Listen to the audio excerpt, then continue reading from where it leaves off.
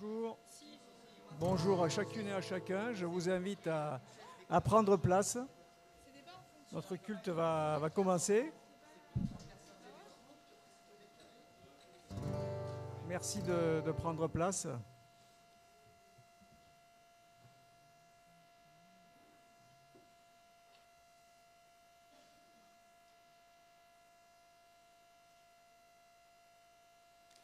C'est un moment de joie ce matin de nous retrouver après une période où nous avons été séparés physiquement.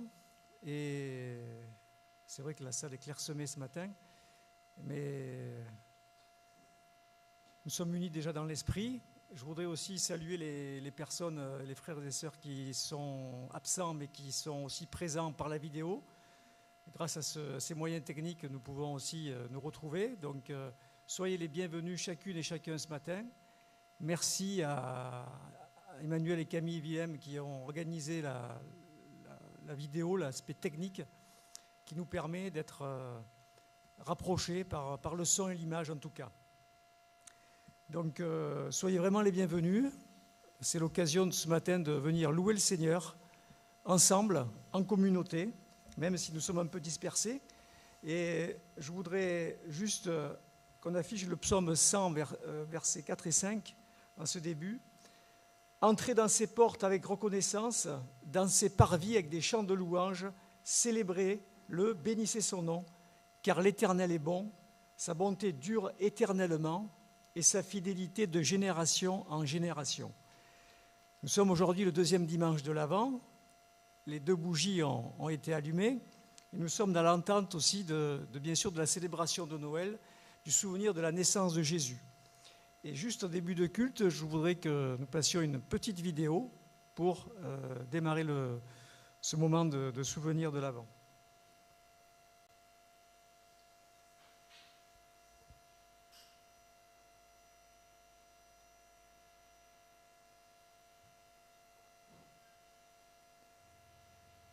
La période qui précède Noël est un temps pour se préparer à accueillir la venue de Jésus-Christ dans le monde.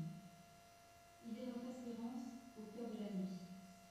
Chaque dimanche, une bougie de plus éclairera sur la couronne de l'Avent pour symboliser la lumière qui croît et qui brillera pleinement le jour de Noël.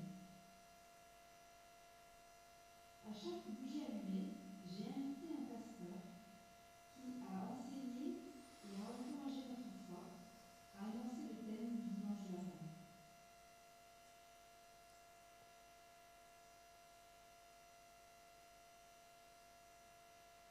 Allumons maintenant la deuxième bougie de l'Avent.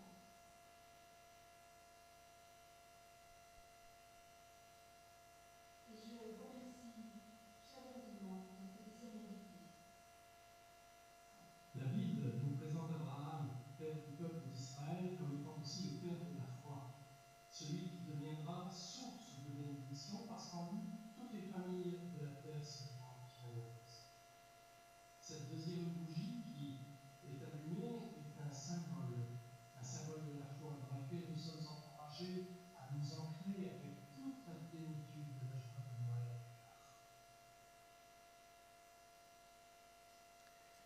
Merci. La foi est bien ce qui nous réunit, la foi en Jésus-Christ, notre Sauveur et Seigneur, qui est mort pour nous, mais qui est aussi ressuscité. Et si nous sommes ici ce matin, c'est parce que nous voulons louer Dieu pour tout ce qu'il a fait dans notre vie et l'espérance que nous avons en lui. Je vous invite maintenant à vous lever pour chanter un premier chant, le 906, Hosanna.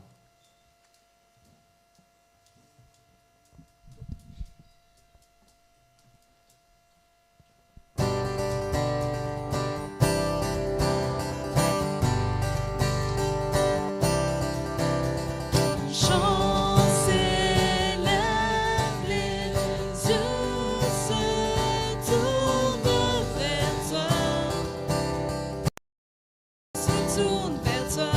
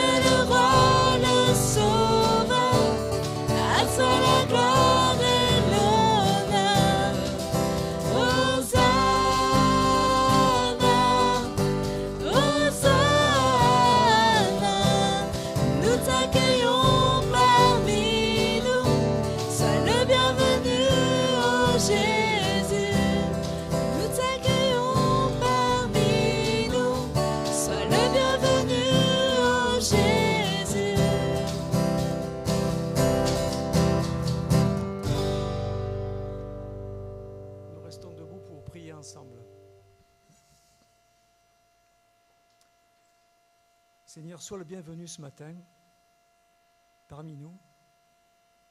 Merci parce que nous savons que tu nous as précédés dans ce lieu.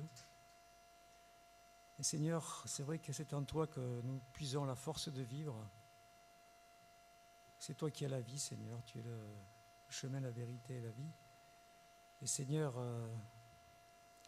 nous voulons ce matin t'adorer comme tu en es digne. Nous venons à toi tels que nous sommes, avec nos fardeaux, nos peines. Et Seigneur, nous voulons aussi te dire que nous sommes encore pécheurs. Si nous ne voulons pas faire le mal, parfois il nous arrive de le faire et nous voulons te demander pardon pour les offenses que nous avons pu commettre cette semaine, Seigneur. Merci parce que nous savons que tu nous pardonnes si nous te les apportons, parce que Jésus-Christ est mort pour nous sur la croix. Seigneur, nous voulons t'apporter nos frères et sœurs qui sont absents, nous demandons de les encourager chez eux, chez elles. Te prions aussi pour celles et ceux qui sont fatigués, malades. Te demandons de les soutenir, de les encourager, Seigneur. Nous prions aussi pour celles et ceux qui sont persécutés à cause de ton nom. Te demandons de pouvoir les soutenir, de bénir leur témoignage par rapport à ceux qui les persécutent. Et nous te prions que oui, tu les soutiennes, tu les encourages. Merci pour ces instants, Seigneur. Merci pour la joie de nous retrouver. Merci pour l'espérance qui est en toi. Sois loué pour toutes choses, Seigneur. Amen. Veuillez prendre place.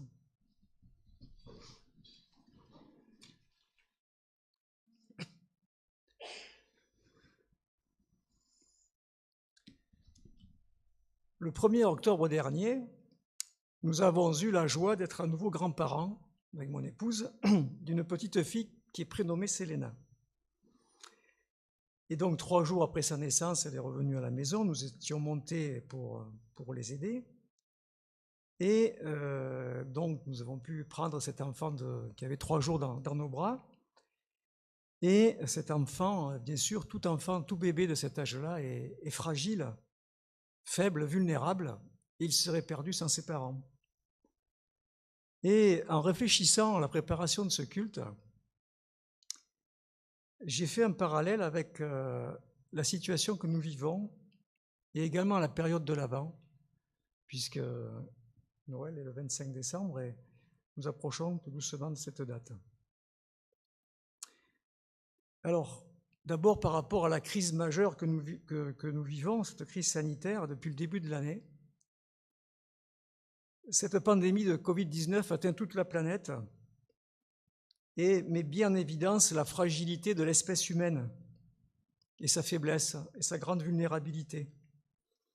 Nous sommes à une époque où il y a des avancées technologiques énormes, comme il n'y en a jamais eu. On peut téléphoner aujourd'hui à l'autre bout de la Terre, appeler quelqu'un en Chine, et quelques secondes après, on l'a. Mais le monde est mis en péril aujourd'hui avec un virus, qui est un organisme infiniment petit, qui ne se voit pas à l'œil nu. Et l'être humain qui croyait pouvoir tout contrôler ne peut pas contrôler la propagation de cette maladie. Les fragilités, les faiblesses ne concernent pas seulement l'humanité, mais aussi tous les systèmes qui ont été mis en place par l'homme, et notamment économiques et sociaux. Il y a des catastrophes en cours, d'autres qui vont peut-être venir à cause de cela. Donc ça, c'est la fragilité, la faiblesse que nous vivons. Il y a des gens qui sont malades aussi, certains qui ont perdu des proches. Moi-même, j'ai perdu un oncle il y a 15 jours qui est mort à Avignon dans un EHPAD à cause du Covid. Et alors, quel parallèle avec la venue de Jésus? En fait, nous nous préparons à fêter l'anniversaire de la naissance de Jésus. Mais qui voyons-nous dans cette naissance? Qui voyons-nous? Je vous ai dit il y a quelques secondes que nous avons eu un deuxième petit enfant, une petite fille. Et le premier, c'est un petit garçon qui a maintenant un peu plus de 4 ans. Et il est fasciné par les super-héros. Je ne sais pas si c'est le cas des enfants comme Samuel que je vois ici ou d'autres. À l'école, ils parlent beaucoup de choses, ils découvrent des choses qui ne sont pas forcément chez eux. Et ces super-héros sont des gens, bien sûr, qui n'existent pas, mais pour eux, ils existent. Ce sont des êtres imaginaires qui apparaissent, si vous l'avez remarqué, à l'état d'adulte. Souvent, ce sont des héros qui ont en gros la trentaine et qui ne vieillissent jamais. Ils sont super forts. Mais quand on regarde Jésus, qui est Dieu, il est bien, bien supérieur à ces soi-disant super-héros qui, bien sûr, n'existent pas.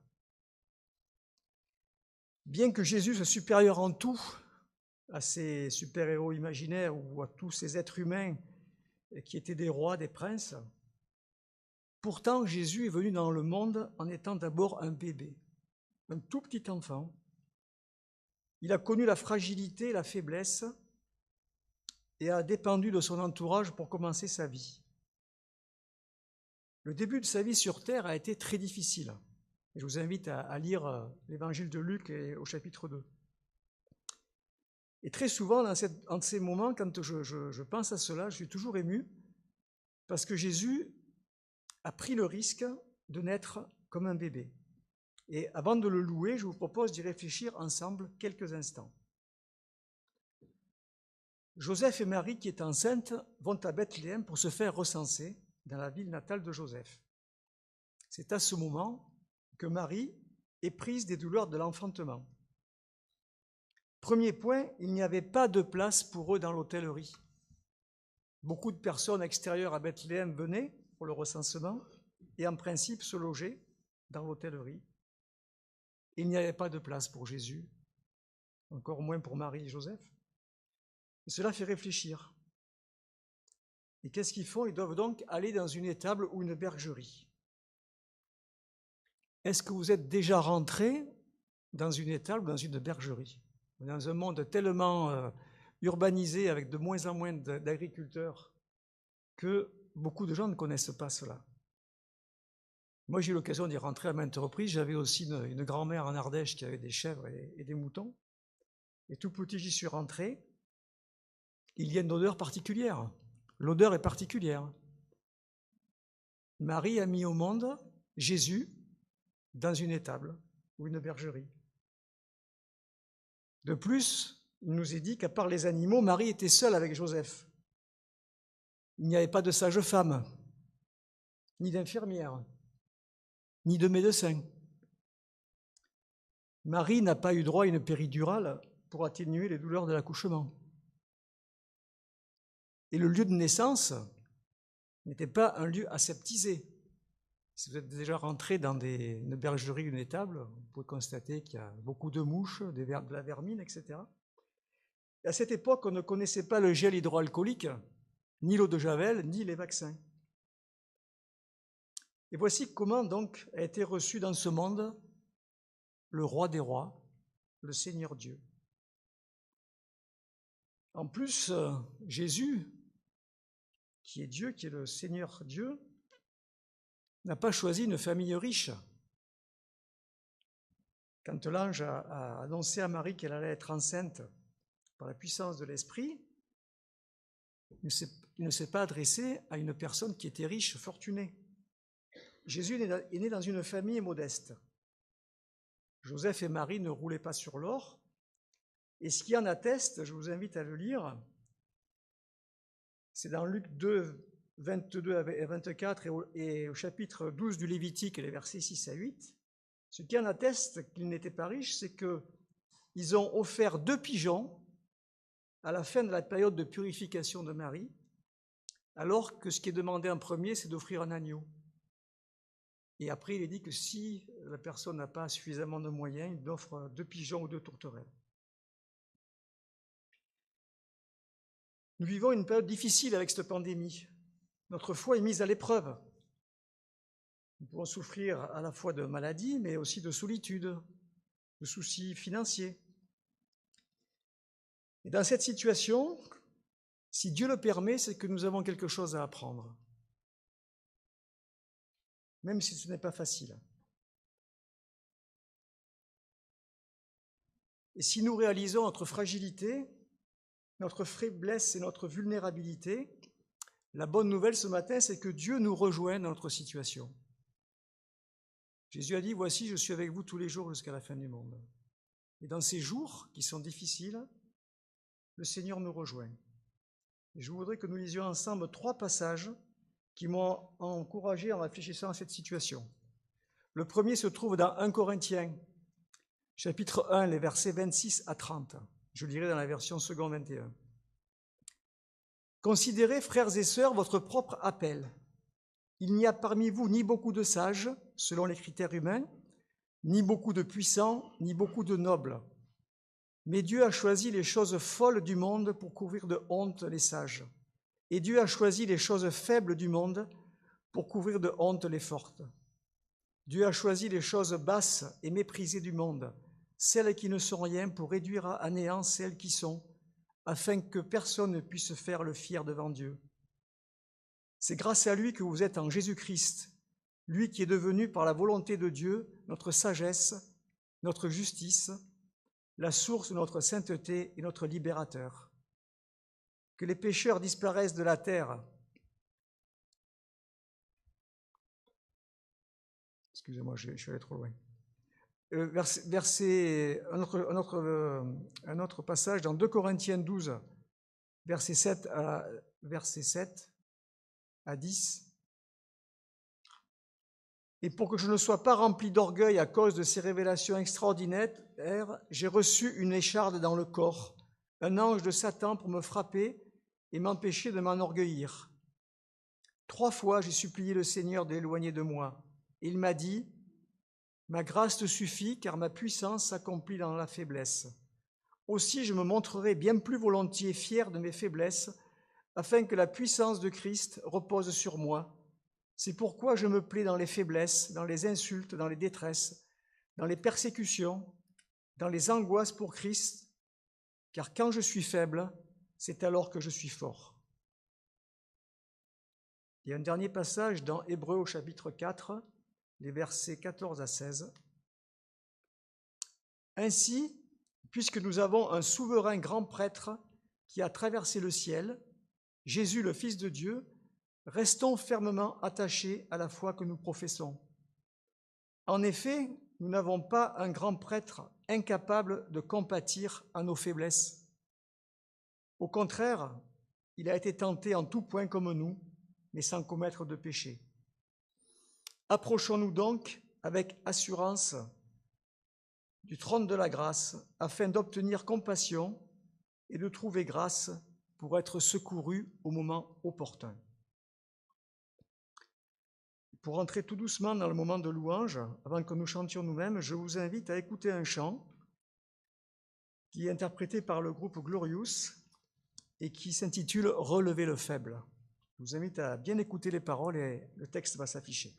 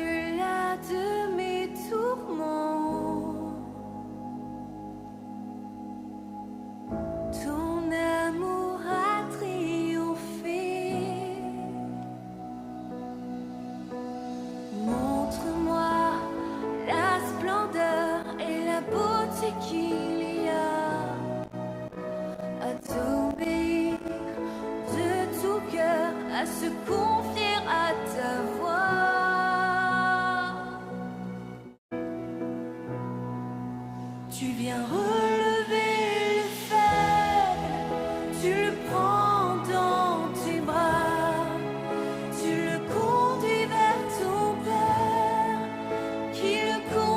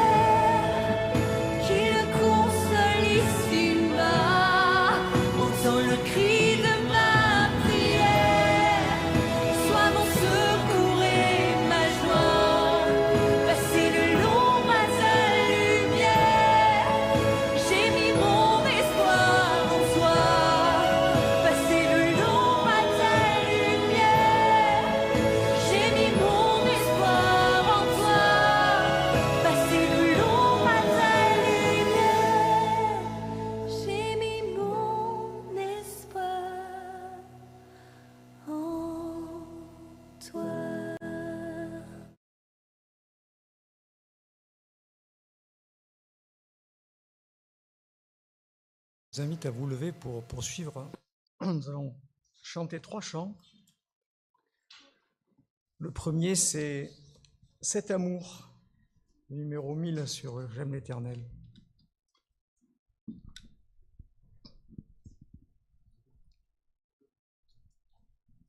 En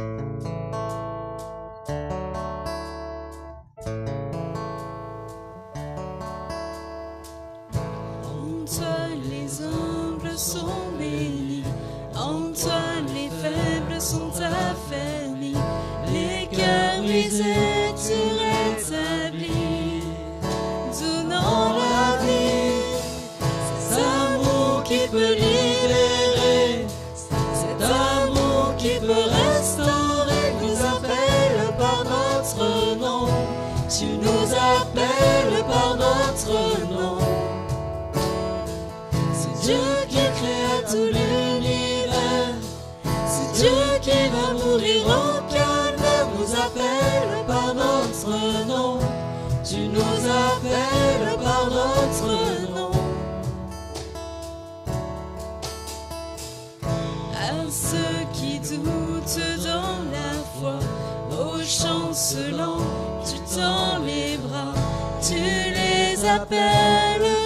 ta voix.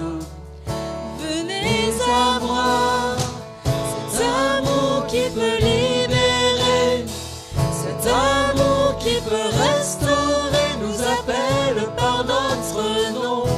Tu nous appelles par notre nom. C'est Dieu qui créa tout l'univers, c'est Dieu qui va mourir au calvaire, nous appelle par notre nom. Tu nous appelles par notre nom. Oh, oh, oh, oh,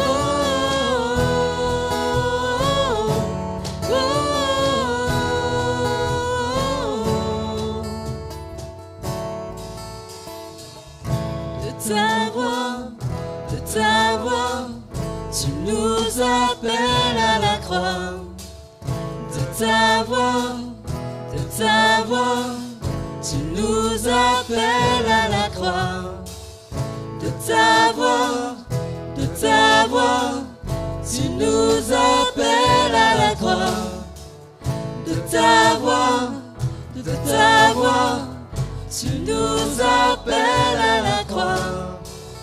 Cet amour qui peut libérer, cet amour qui peut restaurer, nous appelle par notre nom. Tu nous appelles par notre nom.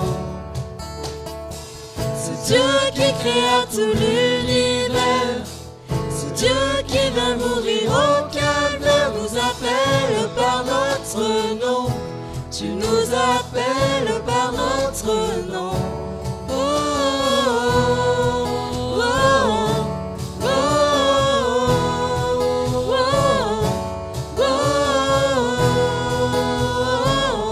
oh,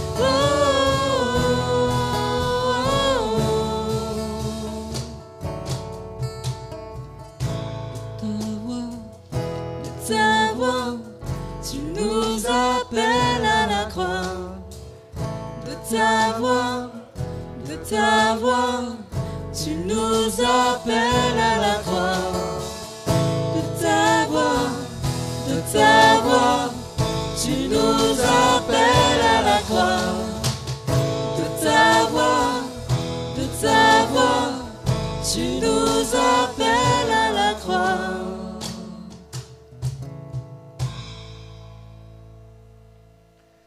Nous chanterons un chant qui nous rappelle le moment de Noël. Le numéro 102 sur À toi la gloire, ô peuple fidèle.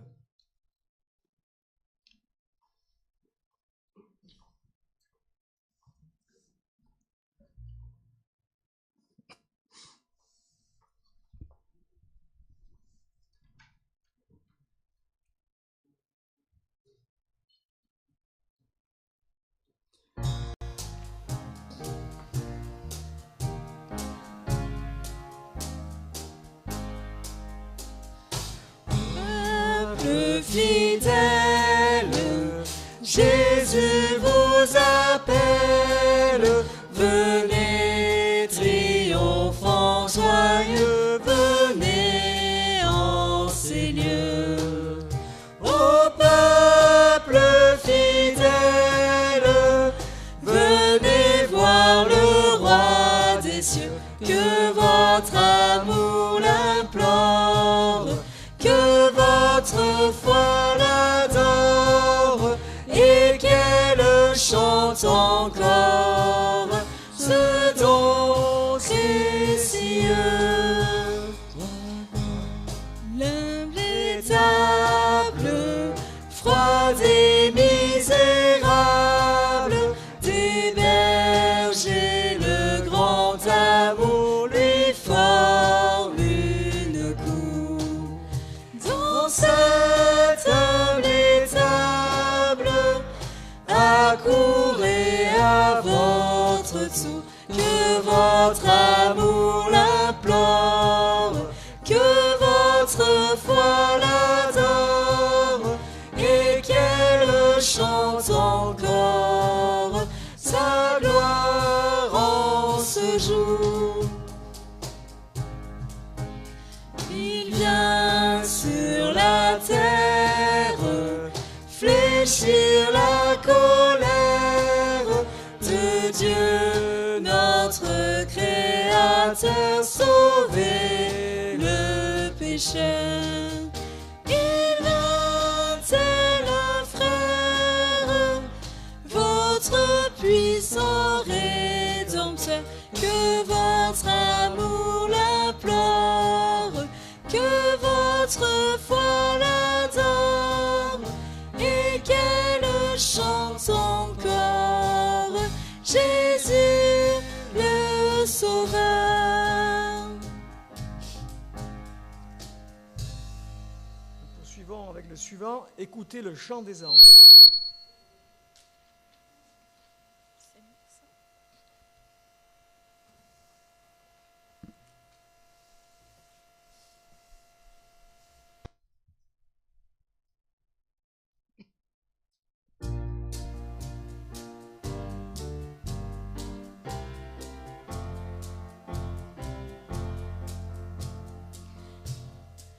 Écoutez le chant des anges, vient d'éclater dans les airs. Joignons aussi nos louanges à leur sublime concert. Gloire à Dieu, paix sur la terre. Aujourd'hui le Christ est né. Jésus s'est fait notre frère. Un sauveur nous est donné. Jésus s'est fait notre frère. Un sauveur nous est donné. Son palais est une étable, une crèche et son berceau. Et pourtant c'est l'admirable, c'est le Fils du Dieu très haut. Il vient à nous des bonheurs et de grâce couronner. Jésus s'est fait notre frère, un sauveur nous est donné. Jésus s'est fait notre frère, un sauveur nous est donné.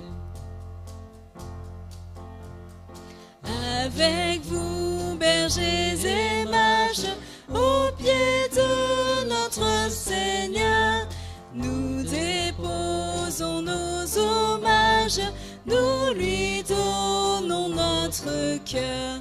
Tout son peuple sur la terre, dit avec nous prosterné, Jésus s'est fait notre frère, un sauveur nous est donné.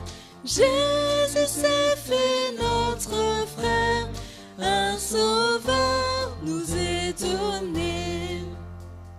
Veuillez prendre place.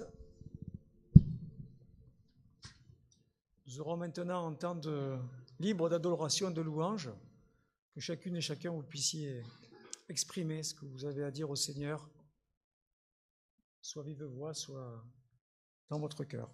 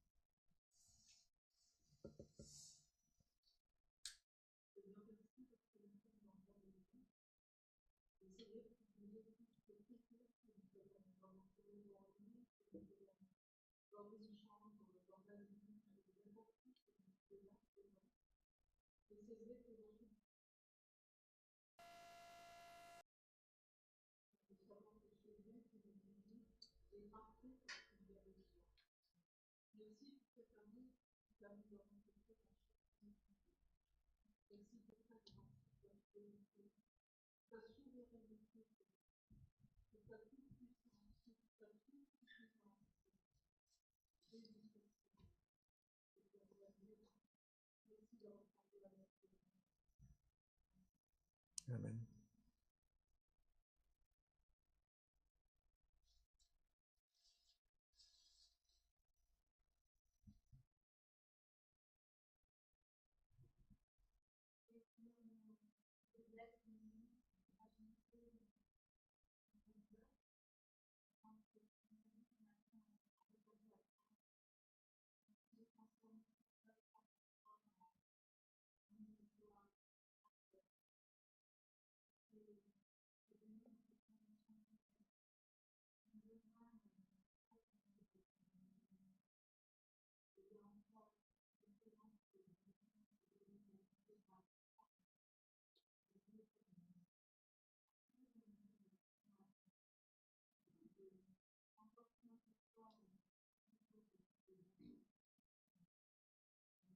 Amen.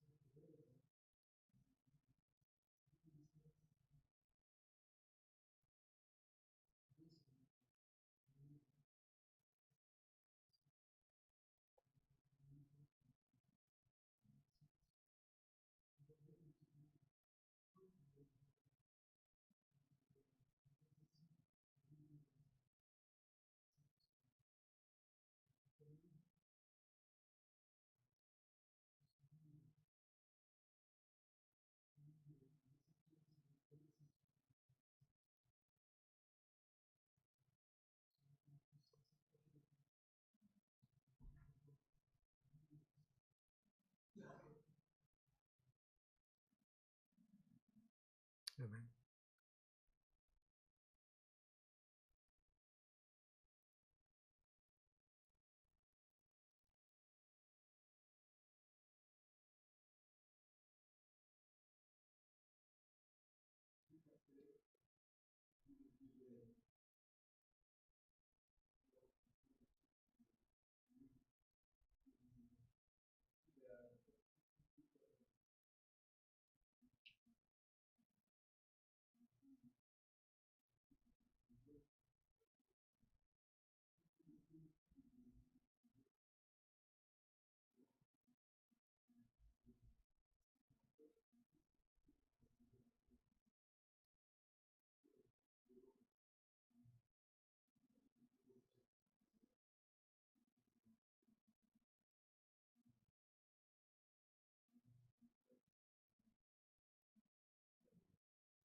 Amen.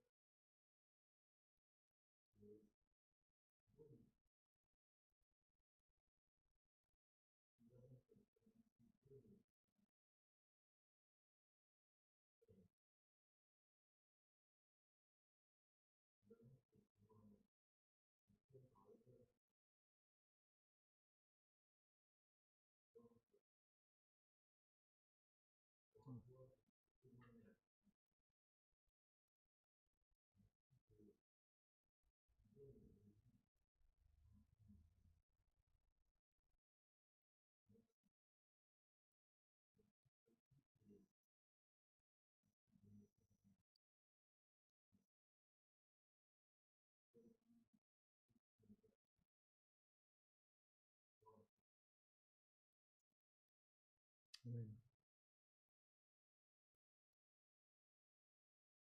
Merci Jésus d'avoir accepté de venir sur terre. D'abord comme un bébé, puis tu as grandi et jusqu'à ce que tu mettes en œuvre ton ministère terrestre. Merci de ne pas avoir hésité à laisser la gloire céleste pour venir ici-bas. Seigneur, nous te sommes reconnaissants parce que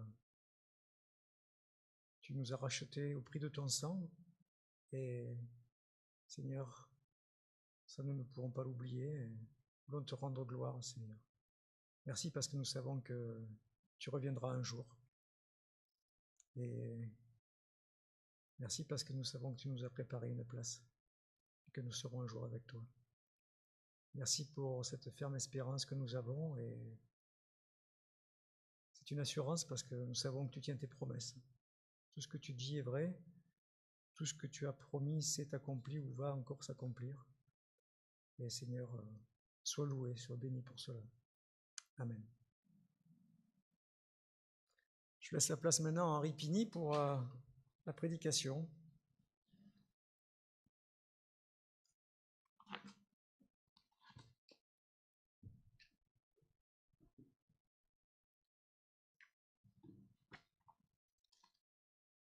Bonjour à tous, c'est chouette de vous voir en vrai, sauf un ou deux, mais bon, ça c'est... Non, je plaisante, en tout cas c'est bien de pouvoir vous retrouver. J'avais vraiment à cœur ce matin de vous parler d'un homme de la Bible qui m'a un peu perturbé pendant ma lecture personnelle et je pensais que c'était bon de pouvoir développer une partie de sa vie. Tout à l'heure, Philippe, tu nous as parlé des héros, des super-héros, et c'est vrai que dans la Bible, il y a aussi des héros de la foi, on en voit dans Hébreux, je crois que c'est Hébreux 11, et je vous propose, alors il ne fait pas partie de ces héros de la foi, mais je vous propose justement d'en voir un dans l'Ancien Testament. Si vous voulez trouver par vous-même, Thierry Bulan nous en avait parlé il y a, je pense, 1 an et demi, au moins, je pense, du coup, et son nom veut dire « L'Éternel a consolé ». Est-ce que ça vous parle, de qui ça peut être ? On va parler de Néhémie. Voilà, donc je vous propose de lire le premier chapitre de Néhémie, et c'est tellement vaste qu'on va s'arrêter là ce matin et on va développer ça. Juste avant, je vais vous parler du contexte, parce qu'il faut savoir qu'avant de parler de Néhémie, il y a tout un contexte d'histoire autour. Le peuple de Dieu a été déporté à Babylone, et puis ils ont vécu du coup en tant que déportés, et il y a eu... Jérusalem a été détruit, d'accord. Et il y a eu, alors je vais vous donner les dates, en moins 539, sous le règne de Cyrus, la reconstruction du temple. Donc c'est-à-dire qu'il y a déjà une première partie du peuple de Dieu qui est retourné à Jérusalem pour reconstruire le temple. Et ça s'est fait sous la conduite de Zorobabel, ça vous parle, et de Josué. Et puis il y a eu à peu près 50 000 captifs qui sont partis reconstruire le temple. Ça, c'est la première étape. Ensuite, il y a eu un deuxième retour en moins 558. Et là, ça a été conduit par Esdras, donc c'est le livre juste avant Néhémie, qui parle de la restauration du culte. Et là, on arrive maintenant à Néhémie en moins 445, où justement Néhémie va pouvoir retourner, on verra ça dans la suite du livre de Néhémie, reconstruire les murailles de Jérusalem. Mais on va lire dans le premier chapitre qui parle justement du moment où en fait Néhémie a reçu un messager qui lui a expliqué la situation de Jérusalem. Et on va voir l'attitude de Jérémie. Je vous propose de lire donc dans Néhémie 1. Néhémie, j'ai dit Jérémie ? J'ai dit quoi ? Oui, c'est Néhémie. Donc chapitre 1, on va lire tout le chapitre. Parole de Néhémie, fils de Hakalia. Durant le mois de Kisleu, la 20e année du règne d'Artaxerxès, je me suis entraîné pourtant, alors que je me trouvais à Suse, la capitale, Hanani, l'un de mes frères, est arrivé avec quelques hommes de Juda. Je les ai interrogés au sujet des Juifs rescapés de la déportation et au sujet de Jérusalem. Ils m'ont répondu : les rescapés de la déportation se retrouvent là, dans la province, au comble du malheur et du déshonneur. La muraille de Jérusalem est pleine de brèches et ses portes ont été réduites en cendres. À cette nouvelle, Néhémie qui parle, je me suis assis. J'ai pleuré et j'ai porté le deuil durant des jours, jeûnant et priant devant le Dieu du ciel. J'ai dit : Éternel, Dieu du ciel, Dieu grand et redoutable, toi qui conserves ton alliance et ta bonté à ceux qui t'aiment et qui respectent tes commandements. Je t'en prie, prête-moi une oreille attentive et que tes yeux soient ouverts. Écoute la prière que moi, ton serviteur, je t'adresse en ce moment. Jour et nuit, j'intercède pour tes serviteurs, les Israélites, en confessant leurs péchés, ce que nous avons commis contre toi. Oui, ma famille et moi, nous avons péché. C'est certain, nous nous sommes mal comportés envers toi. Nous n'avons pas respecté les commandements, les prescriptions, les règles que tu avais données à ton serviteur Moïse. Souviens-toi donc de la parole que tu as ordonné à ton serviteur Moïse de prononcer. Si vous vous montrez infidèles, je vous disperserai moi-même parmi les peuples. Mais si vous revenez à moi, et si vous respectez mes commandements et les mettez en pratique, alors même si vous êtes exilés à l'extrémité du ciel, je vous rassemblerai de là et je vous ramènerai à l'endroit que j'ai choisi pour y faire résider mon nom. Ils sont tes serviteurs et ton peuple, ceux que tu as rachetés par ta grande puissance et ta force. Seigneur, prête donc une oreille attentive à la prière de ton serviteur et à celle de tes serviteurs qui prennent plaisir à craindre ton nom. Donne du succès à la démarche de ton serviteur. Permets-lui de gagner la compassion de cet homme. J'étais le responsable des boissons du roi. Je vais prier. Père Céleste, merci de nous avoir laissé ce texte pour qu'aujourd'hui on puisse réfléchir dessus. Je voudrais juste demander, Seigneur, par ton Saint-Esprit, que tu puisses nous laisser une parole ce matin qui vient de toi, nous laisser une parole au fond de notre cœur, qu'on puisse s'humilier et t'écouter ce matin. Béni sois-tu. Amen.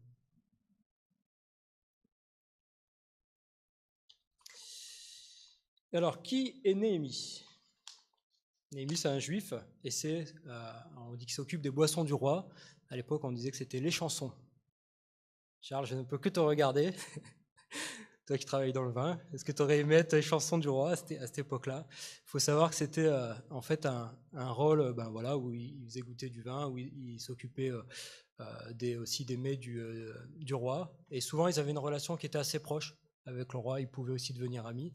Ça faisait partie d'une personne de confiance auprès du roi. Et le roi de Perse, Artaxerxès, est l'un des plus puissants du monde à cette époque-là. D'accord ? Donc Néhémie, c'est quand même quelqu'un d'important qui partage une relation intime avec un des rois les plus puissants du monde à cette époque. Et déjà, la première chose, je trouve que c'est intéressant que Dieu puisse placer des gens qui font partie des hauts fonctionnaires d'un pays. Il y a aussi des exemples dans la Bible comme Joseph, Daniel, Esther. Et on va voir qu'il va y avoir un impact, en fait, grâce à Néhémie sur le roi et son royaume et l'histoire. Donc il est à Suse. Il y a une petite carte, je crois. Après, je ne sais plus. Ouais, voilà. Alors, c'est pas Suse la Rouse, hein, ou Suse en Italie. C'est plutôt à l'est de Babylone. Et c'est là, en fait, c'était une sorte de forteresse des Mèdes et des Perses. Une sorte de résidence d'hiver, on peut dire, hivernale, pour les hauts fonctionnaires du royaume. Et Néhémie séjourne là quand il apprend la nouvelle. Quand il apprend que ceux qui sont restés en captivité sont là dans la province, au comble du malheur et de l'opprobre. Les murailles de Jérusalem sont en ruine et ses portes sont consumées par le feu. Et j'aimerais qu'on regarde un peu l'attitude de Néhémie à ce moment-là. Je trouve ça assez excellent. Au verset 4, assez surprenant, mais au verset 4, il est dit « Lorsque j'entendis ces choses, je m'assis, je pleurais et je fus plusieurs jours dans la désolation. Je jeûnais et je priais devant le Dieu des cieux. » Et en fait, la première chose que fait Néhémie quand il apprend, alors pour lui c'est une tristesse de savoir que sa ville est détruite, c'est encore, on peut peut-être imaginer avec avec les Juifs qui sont revenus, que la ville doit être resplendissante. Et en fait, au final, il comprend bien que non, les murailles sont détruites, les portes sont incendiées, etc. Et sa première attitude, c'est de s'asseoir et de pleurer et de prier. Et ça m'a interpellé. Alors je me suis dit, mais qu'est-ce qui fait que Néhémie a cette attitude ? Pourquoi il fait ça ? Alors, moi j'aime penser à moi, comment j'aurais pu réagir, comment est-ce qu'on réagit quand on est triste, quand on apprend une mauvaise nouvelle, quand on est en colère. Alors j'avais fait j'ai mis des petits exemples de la vie de tous les jours, je pense que vous vous reconnaîtrez aussi dedans. Moi quand j'apprends des mauvaises nouvelles ou des choses qui me mettent en colère ou qui m'attristent, alors il y avait plusieurs choses que je peux faire. Là je pensais, lui, comme il est chanson du roi, peut-être qu'il aurait pu se saouler, Il aurait pu boire du vin, oh non, c'est pas possible, et puis s'apitoyer sur son sort, et puis finir la cave personnelle du roi. Il aurait pu dire aussi, bah zut, c'est dommage, j'y fasse, j'y suis pas moi, je suis loin, ouais, c'est malheureux. Il aurait pu aussi se mettre en colère et bouder. C'est une petite dédicace pour mon fils. Il aurait pu dire aussi que ce n'est pas son problème, et puis oublier d'où il vient. Il aurait pu dire ça c'est un peu moi aussi. On verra plus tard. Faut que j'apprenne. Le temps que la nouvelle vienne. On verra ce qu'on peut faire. Remettre au lendemain peut-être les choses qu'il a à cœur aujourd'hui. Et puis il aurait pu aussi se plaindre auprès de Dieu, quoi. Voilà, je vous laisse en trouver d'autres par rapport à l'attitude de chacun. Mais ce qui est étonnant, c'est que Néhémie, quand il apprend cette nouvelle, en fait, je pense vraiment qu'il a eu conscience que ces dégâts, ils ont été créés par le péché, par son péché, par le péché de sa famille et par les péchés du peuple. Et je pense que c'est ça aussi qui l'a attristé. On verra après que dans sa prière, il va parler du péché de son peuple. Et au lieu de s'apitoyer sur son sort, il a tout de suite demandé pardon au Seigneur, à Dieu. Néhémie a pris à cœur ces paroles à cœur et on voit qu'il s'est mis à jeûner, à prier. Et dans le chapitre 2, il retourne auprès du roi et on voit que je vais juste vous lire très rapidement pour que vous compreniez. Chapitre 2, au mois de Nissan, la 20e année du roi d'Artaxerxès, comme le vin était devant lui, je pris le vin et je l'offris au roi. Jamais je n'avais paru triste en sa présence. Juste pour dire que ça, c'est juste la suite de ce que je viens de lire du chapitre 1. Et en fait, le mois de Nissan, c'est 4 mois après le mois de Kislev. C'est-à-dire que certainement, Néhémie, pendant 4 mois, il a été dans la tristesse, dans le jeûne et dans la prière. Et je trouve que c'est un bel exemple, parce qu'en fait, j'ai l'impression que ça n'a pas été passager pour lui. Ça n'a pas été, je reçois la nouvelle, Seigneur, je te prie, et puis je passe à autre chose. Mais il avait vraiment, vraiment, vraiment à cœur de faire quelque chose pour sa ville et pour son peuple. On va voir tout à l'heure, on essaiera de détailler toute sa prière, voir un peu comment il fait. Mais je me suis quand même posé cette question et j'aimerais vous la poser ce matin. J'attends pas de réponse, répondez dans votre cœur, mais je me suis dit comment est-ce que nous on réagit face à une nouvelle qui nous attriste, quand notre Dieu n'est pas glorifié ou quand une muraille, peut-être des murailles de notre vie, je ne sais pas ce que ça peut être, mais s'ébrèche, s'effrite, tombe quand on apprend quelque chose de difficile et qu'on est peut-être en colère contre soi-même ou contre les autres. J'ai marqué l'exemple quand le Covid et les mesures sanitaires nous font fermer les portes de l'église. Comment est-ce qu'on a réagi à ce moment-là? Quand les réunions de maison ont cessé d'être pendant quelque temps, comment est-ce que nous avons réagi? Est-ce que nous avons été dans la prière? Ou est-ce qu'on s'est désintéressé? Ou est-ce qu'on a été en colère? Est-ce qu'on s'est enivré en espérant un avenir meilleur? Est-ce que dans les difficultés de la vie, on s'assoit, on s'agenouille, on réfléchit, on se met à prier, peut-être à jeûner aussi. En tout cas, ce qui est sûr, c'est que Néhémie, s'il a réagi comme ça, c'est que c'était dans sa relation avec Dieu, il était déjà dans une relation de prière et d'intimité dans une intimité intense avec lui. On voit dans d'autres versets, je vais vous les lire très rapidement, que de toute façon, quoi qu'il en soit, Néhémie, dès qu'il apprend quelque chose, une mauvaise nouvelle, il se met à prier. On voit au chapitre 4, versets 3, 4, et après je fais un petit saut et je lis 8 et 9. Qu'ils bâtissent seulement, si un renard s'élance, il renversera leurs murailles de pierre.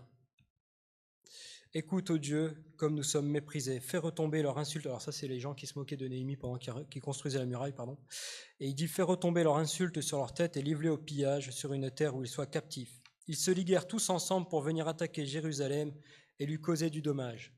Et au verset 9 du chapitre 4, nous lisons, nous priâmes notre Dieu et nous établîmes une garde de jour et de nuit pour nous défendre contre leur attaque. Chapitre 6, verset 9. Tous ces gens voulaient nous effrayer. Ils se disaient, ils perdront courage et l'œuvre ne se fera pas. Parce que ça, il faut savoir qu'il y a eu des tribulations après quand il a essayé de reconstruire la muraille. Et juste après cette phrase, il est dit, maintenant, ô Dieu, fortifie-moi. C'est une petite prière, mais il y a quand même une prière qui a été adressée à Dieu. Et je pense que Néhémie avait, dans sa vie de tous les jours, dans son être, en fait, il avait une relation intime avec Dieu. Et c'est ce qui a permis qu'il ait eu cet esprit de prière quand il a appris la mauvaise nouvelle. Au chapitre 2, je vous ai lu les 2 premiers chapitres, le premier chapitre. Et puis au chapitre 2, je vais vous lire directement le verset 2. Donc du coup, Néhémie revient auprès du roi au bout de 4 mois, et le roi voit qu'il est triste. Et le roi me dit, « Pourquoi as-tu mauvais visage? Tu n'es pourtant pas malade. Ce ne peut être qu'un chagrin de cœur. » Je fus saisi d'une grande crainte. Et je répondis au roi, « Que le roi vive éternellement. Comment n'aurais-je pas mauvais visage lorsque la ville où sont les sépulcres de mes pères est détruite et que ses portes sont consumées par le feu? » Et le roi me dit, « Que demandes-tu? » Je priai le Dieu des cieux. Encore une prière de Néhémie. Et je répondis au roi, « Si le roi le trouve bon et si ton serviteur lui est agréable, envoie-moi en Juda vers la ville des sépulcres de mes pères pour que je la rebâtisse. » Ça, c'est la suite. Et je trouve ça merveilleux, en fait, que de par son attitude de Néhémie, de par sa prière, parce qu'il s'est adressé à Dieu, parce qu'il n'a pas perdu foi, parce qu'il a continué à prier le Seigneur, on voit que les choses se débloquent après auprès du roi. 1 Thessaloniciens chapitre 5 verset 17, il est marqué « Priez sans cesse ». Luc 21 verset 36, « Veillez donc et priez en tout temps ». Éphésiens 6 18, « Faites en tout temps par l'Esprit toutes sortes de prières et de supplications ». Il est bon, il est bien, mes frères et sœurs, de prier. Je pense que voilà, ce matin on puisse réfléchir à notre, et moi le premier, à notre vie de prière. Et je pense que Dieu entend et c'est lui agréable quand on lui prie. Et il répond, on voit qu'il a répondu par rapport à Néhémie. Je ne sais pas si vous vous rendez compte, les chansons du roi se retrouvent, alors après je ne vais pas vous lire tout le livre de Néhémie, mais se retrouvent après avec des hommes pour l'aider. Il s'en va comme ça plusieurs mois en fait pour aller rebâtir la muraille, etc. Et Dieu débloque les situations. Je vous propose de développer la prière de Néhémie. Comment est-ce qu'il, très rapidement, comment est-ce qu'il la forme? Je trouvais ça aussi intéressant, comparé des fois aussi à mes prières. Ça se trouve dans les versets 5 à 11. Il commence en disant « Ô Éternel, Dieu des cieux, Dieu grand et redoutable ». Il donne tout de suite les attributs de Dieu et il parle ces phrases-là, il se place en humiliation par rapport à Dieu. Je trouve ça aussi intéressant de commencer une prière par ça, en se remettant aussi à notre place et en mettant Dieu à sa place. Moi, combien de fois je commence mes prières, Dieu donne, Dieu fait, Dieu, est-ce que tu peux, vous voyez ce que je veux dire? Et je trouve ça intéressant que Néhémie, quand il commence à prier, il dit « Ô Éternel, Dieu des cieux, grand et redoutable ». Il le loue et il le remet à sa place. Ensuite, je ne vais pas tout vous relire, mais je vais souligner quelques-unes. Au verset 6, voilà, il dit « Écoute la prière de ton serviteur, que ton serviteur t'adresse en ce moment, jour et nuit, pour tes serviteurs, les enfants d'Israël, en confessant les péchés des enfants d'Israël, nos péchés contre toi, car moi et la maison de mon père, nous avons péché. » Ce que je trouve intéressant, c'est que il met Dieu à la première place, et après, lui, il s'humilie et il confesse ses péchés. Et je trouvais que c'est une bonne façon de commencer la prière. Au verset 9, il lui rappelle aussi, il rappelle à Dieu ce que Dieu a dit, même si Dieu n'a pas oublié, qu'on soit bien d'accord, mais par cette phrase, « Mais si vous revenez à moi et si vous observez mes commandements et les mettez en pratique, alors quand vous seriez exilés à l'extrémité du ciel, de là je vous rassemblerai et je vous ramènerai dans le lieu que j'ai choisi pour y faire résider mon nom. » Il prend connaissance, comment je peux dire ça, il reconnaît l'amour de Dieu envers lui. Et en fait, Néhémie, ce qui est intéressant là-dedans, c'est que donc il s'humilie, il confesse ses péchés, et il dit, mais je sais que tu es bon, Dieu, je sais que tu as dit ça, et il lui rappelle d'une certaine manière, en fait, l'amour de Dieu. Il dit, enfin, moi c'est comme ça que je l'ai traduit, il se rappelle de l'amour de Dieu. Et il se rappelle aussi, au verset 10, juste après, de ses bienfaits. Ils sont tes serviteurs et ton peuple que tu as racheté par ta grande puissance et par ta main forte. Attribut de Dieu, donc, il s'humilie, il lui confesse ses péchés, il reconnaît son amour, il reconnaît ses bienfaits, et ensuite, et enfin, si j'ose dire, il fait sa requête, il fait sa demande à Dieu. Ah Seigneur, que ton oreille soit attentive à la prière de ton serviteur et à la prière de tes serviteurs qui veulent craindre ton nom. Donne aujourd'hui du succès à ton serviteur et fais-lui trouver grâce devant cet homme. il parlait du roi. Voilà, j'ai trouvé que cet ordre pouvait nous aider peut-être dans notre vie de prière, plutôt de faire comme, en tout cas moi souvent, Seigneur, donne, fais, et puis excuse-moi d'ailleurs pour mes mauvaises actions. Néhémie, en tout cas, dans cette prière, il n'accuse pas Dieu pour la situation de son peuple. Il n'est pas en train de le culpabiliser, mais il s'accuse lui et aussi les péchés de son peuple. Et que fait Dieu? Je vous l'ai dit tout à l'heure, Dieu répond. Et en fait, il a carrément carte blanche, Néhémie. J'ai noté ici, dans la suite du texte, on voit qu'il est nommé gouverneur de Juda. Alors, le gouverneur d'une province, c'est pas non plus le petit métier, le petit boulot. Voilà, il monte vraiment encore en grade. Il reçoit des lettres pour sa protection, des lettres signées par le roi, qui dit, voilà, lui, vous le touchez pas, il peut faire ce qu'il veut, en gros. Hein. Il est aidé par énormément de personnes, et puis il est protégé aussi des attaques. Je vous ai lu tout à l'heure un passage où les gens ont voulu saboter en fait son travail, et Dieu l'a défendu. La volonté de Dieu a pu se faire à travers son serviteur. Ce qui m'a intéressé, pour être complet dans ce que j'ai perçu dans ce chapitre, c'est que aussi Néhémie, il a eu une attitude de prière, mais il a été aussi actif. Il a aussi agi. On voit dans le chapitre 2 qu'il ose aller parler au roi. Il faut le faire quand même. Hein. Les chansons, c'est une place prestigieuse, mais il y a quand même certaines conventions, on va dire, sociales entre lui et le roi. Et il ose quand même parler de ses problématiques au niveau du roi. Il ose prendre les devants. Il ose demander d'aller à Jérusalem. Et on voit après qu'il fait Suse, Jérusalem. Alors il faut savoir qu'à l'époque, il n'y avait pas d'avion, hein, il n'y avait pas de train, pas de voiture. Donc il mettait à peu près 3 mois pour y aller. Donc il se bouge, quoi. Il agit. Il constate aussi lui-même les ruines et il entreprend les travaux. Et il se défend contre ses ennemis. Et c'est ça qui m'a étonné aussi. Des fois, on peut prier et vas-y Dieu, fais. Vous voyez ce que je veux dire? Le côté fait mais sans rien faire. Et là, ce que j'ai trouvé intéressant, c'est que Néhémie, en fait, il va prier et il va agir aussi. Il va aller voir le roi et il se prend en main. Psaume 37, verset 5, « Recommande ton sort à l'Éternel, mets en lui ta confiance et il agira. » Oui, parce que Dieu agit. Et nous, on a aussi une part à faire. Et ce qui est beau, c'est que dans tout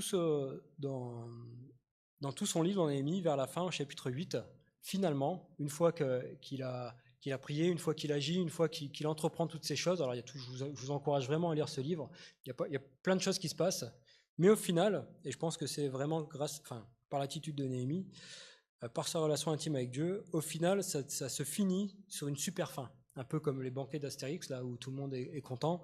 On lit ça au chapitre 8. Qu'est-ce que je vais peut-être pas tout vous lire.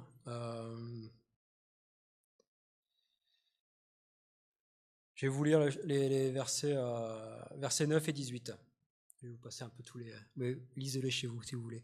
Néhémie le gouverneur, Esdras le sacrificateur et le scribe, et les Lévites qui enseignaient le peuple dirent à tout le monde, « Ce jour est consacré à l'Éternel, votre Dieu. Ne soyez pas dans la désolation et dans les larmes, car tout le peuple pleurait en entendant les paroles de la loi. » Et un peu plus tard, on lit dans les livres de la loi de Dieu chaque jour.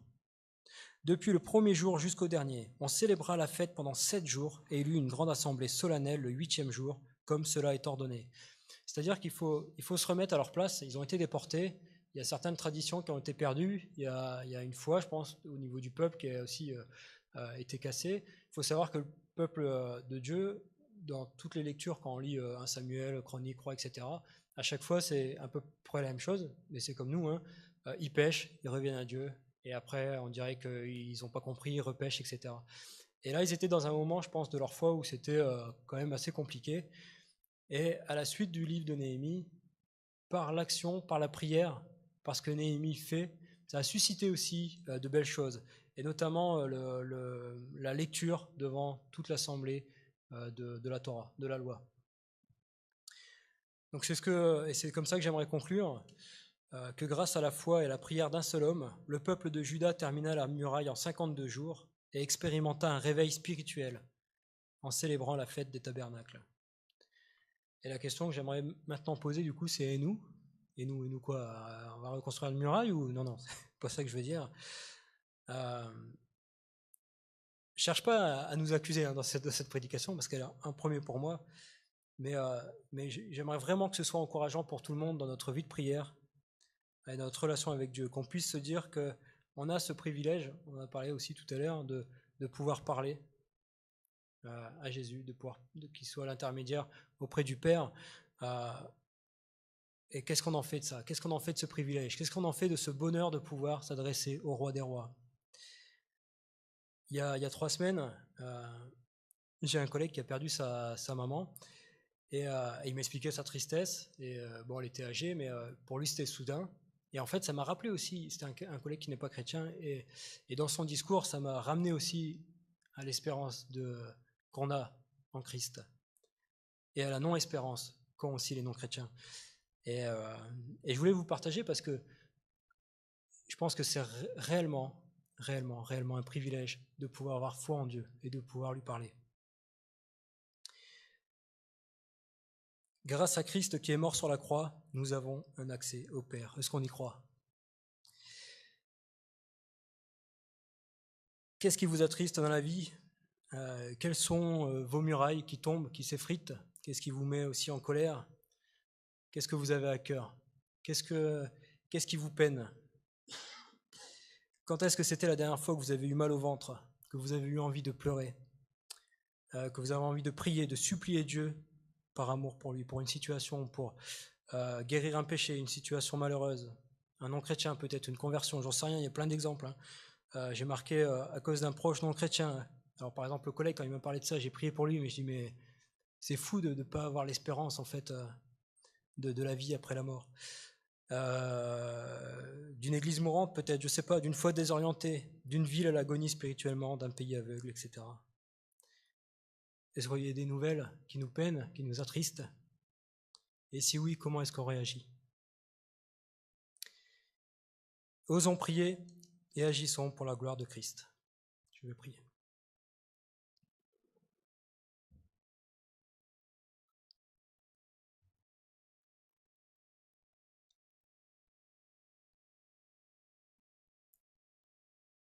Seigneur notre Père,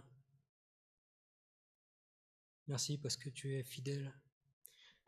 Tu es réellement présent. Je crois, Seigneur, que tu vis, que tu existes et que tu agis. Ce matin, j'aimerais te prier pour nous, pour l'Église d'Avignon, que tu puisses nous fortifier, Seigneur, et que nous soyons des témoins fidèles de ta parole, et que ce soit pour ta gloire, Seigneur. Apprends-nous à prier, qu'on ait cette joie, qu'on ait cette paix de pouvoir te parler, Seigneur, en tout temps. Je pense sincèrement que tu nous écoutes, et je voudrais vraiment te dire merci, Seigneur, pour cela. Je te prie aussi pour nos péchés, que tu puisses les prendre et les jeter au loin dans la mer, Seigneur. Amen.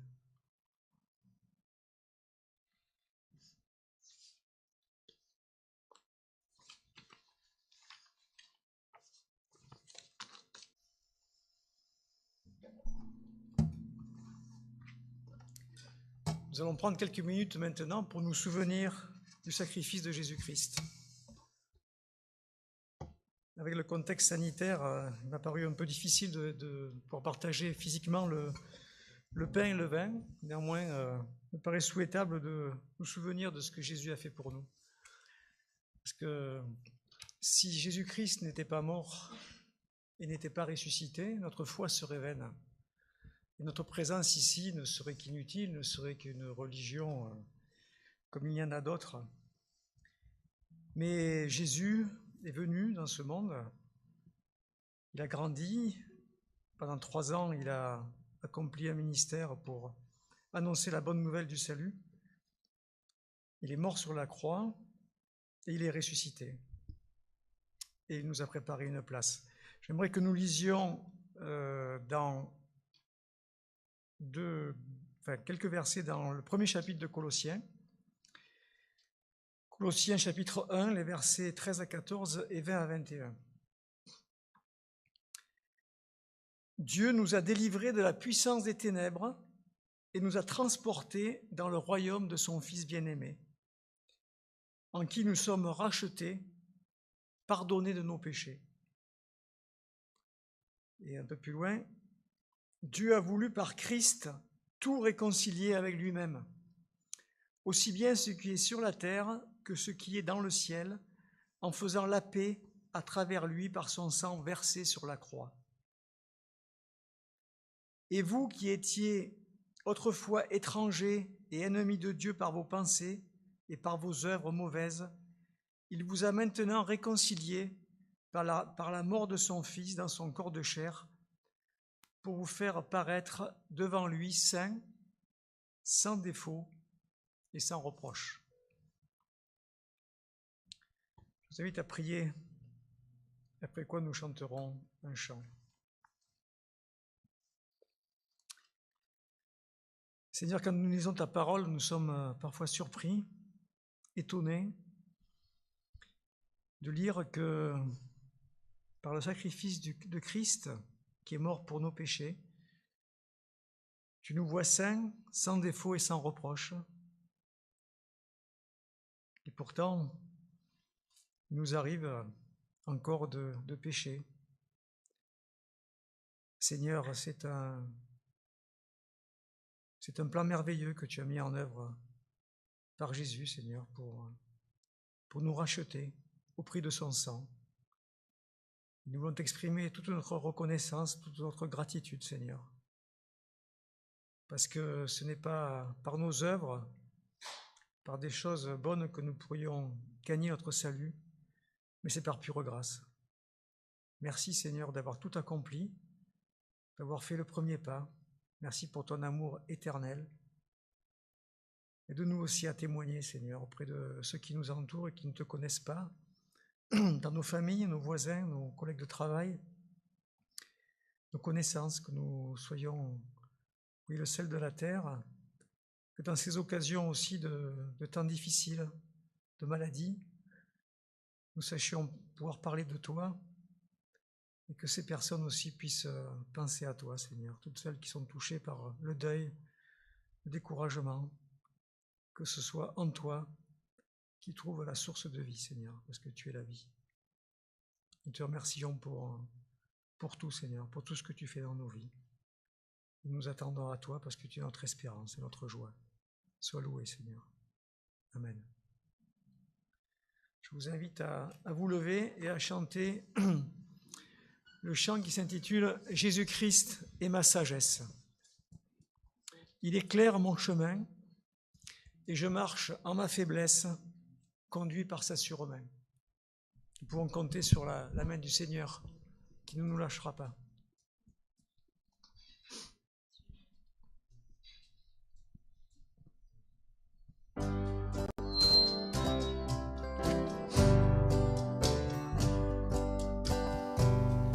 Jésus-Christ est ma sagesse, il éclaire mon chemin et je marche en ma faiblesse, conduit par sa surmain. Il éclaire mon chemin, il éclaire mon chemin et je marche en ma faiblesse, conduit par sa surmain.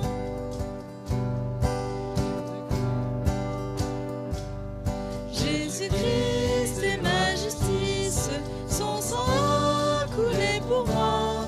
Je trouve en son sacrifice et pardon par la foi. Son sang a coulé pour moi, son sang a coulé pour moi. Je trouve en son sacrifice et pardon par la foi.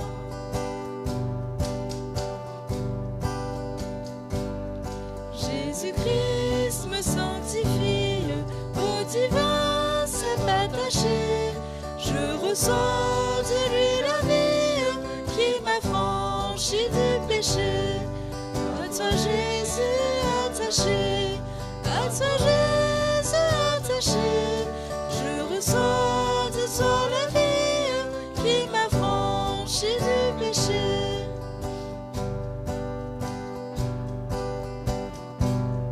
Jésus en payant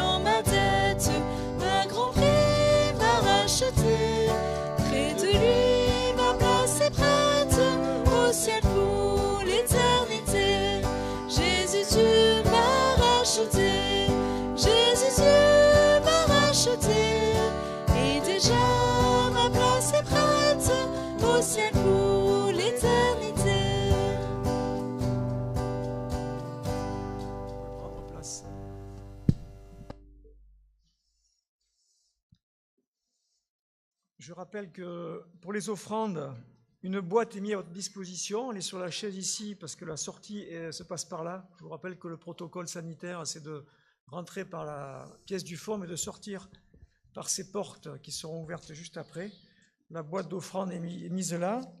Merci pour les personnes qui continuent à pouvoir continuer à faire des dons. Il y a aussi possibilité de faire des dons par virement bancaire, bien entendu. Si vous n'avez pas le RIB, vous pouvez tout à fait le demander, on peut vous le fournir. Voilà, merci encore pour toutes ces offrandes et qui permettent de pouvoir continuer à assurer l'organisation de l'Église et préparer la venue du couple pastoral qui sera en début d'année prochaine. Pour les annonces, il y a la diapo habituelle qui va s'afficher. Je vais laisser la place à Christian Format qui va nous donner quelques informations complémentaires à ce qui est écrit derrière moi.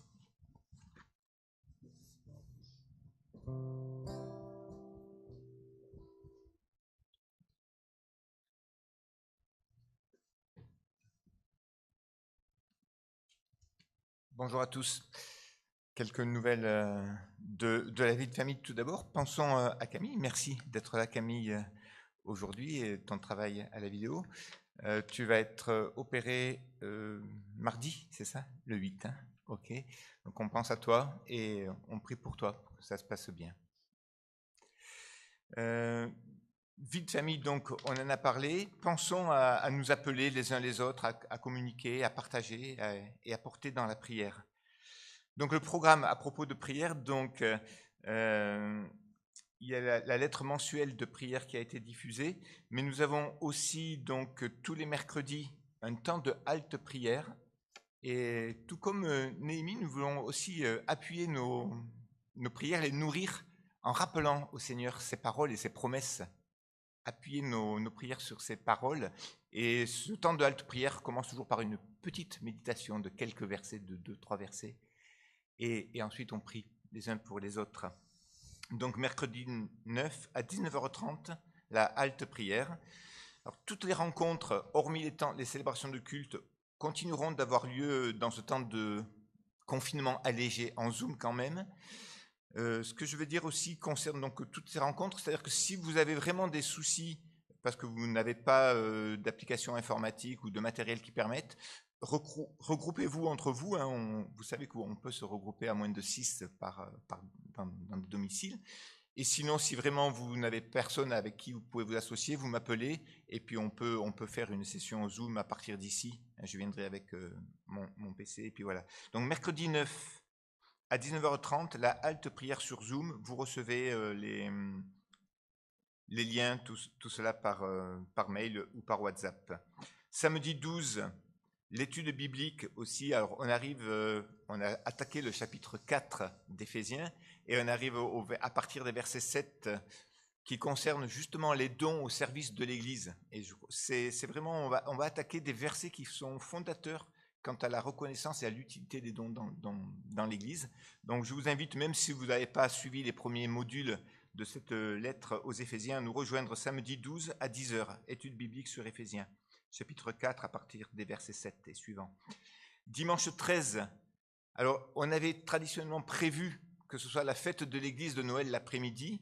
Malheureusement, là aussi, il n'y a que les célébrations de culte qui sont autorisées, donc ce sera un culte un peu plus festif, vraiment sur la joie de Noël. Déjà aujourd'hui, merci Philippe de nous avoir déjà introduit dans ce temps de préparation de Noël.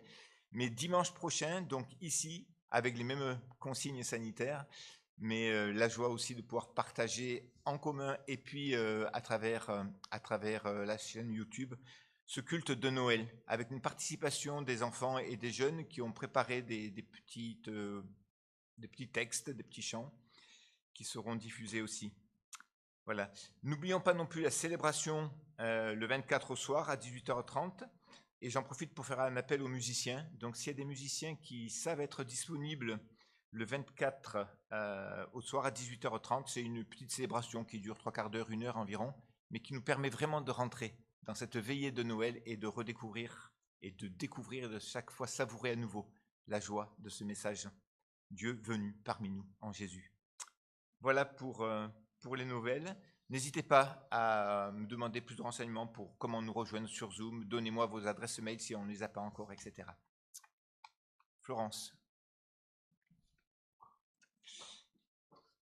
notre présidente de l'association. Pas de catastrophe. Je voulais justement remercier Jacqueline et Laure pour avoir décoré l'église. Alors c'est un petit peu moins ample que les fois d'avant, mais disons, on a tellement de bonheur de voir la décoration. Vraiment, merci.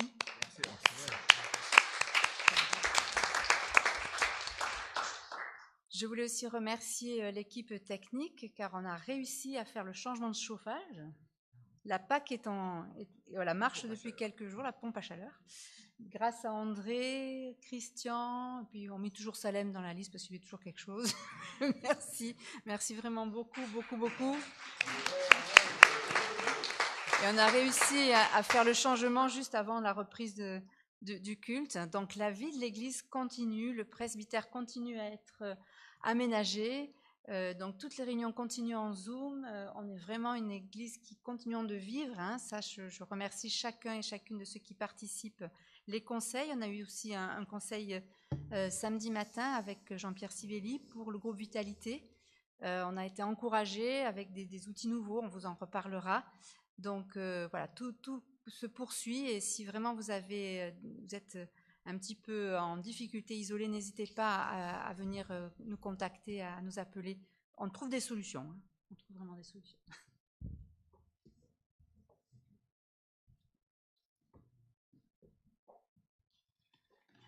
Merci. Notre culte va s'achever. Je voulais donc adresser des remerciements. Effectivement, la décoration, j'avais prévu de le faire, mais c'est bien de le faire 2 fois que pas du tout. Donc c'est vraiment agréable quand on arrive de voir cette décoration. Merci pour les personnes qui l'ont faite. Merci aussi pour toute la partie technique.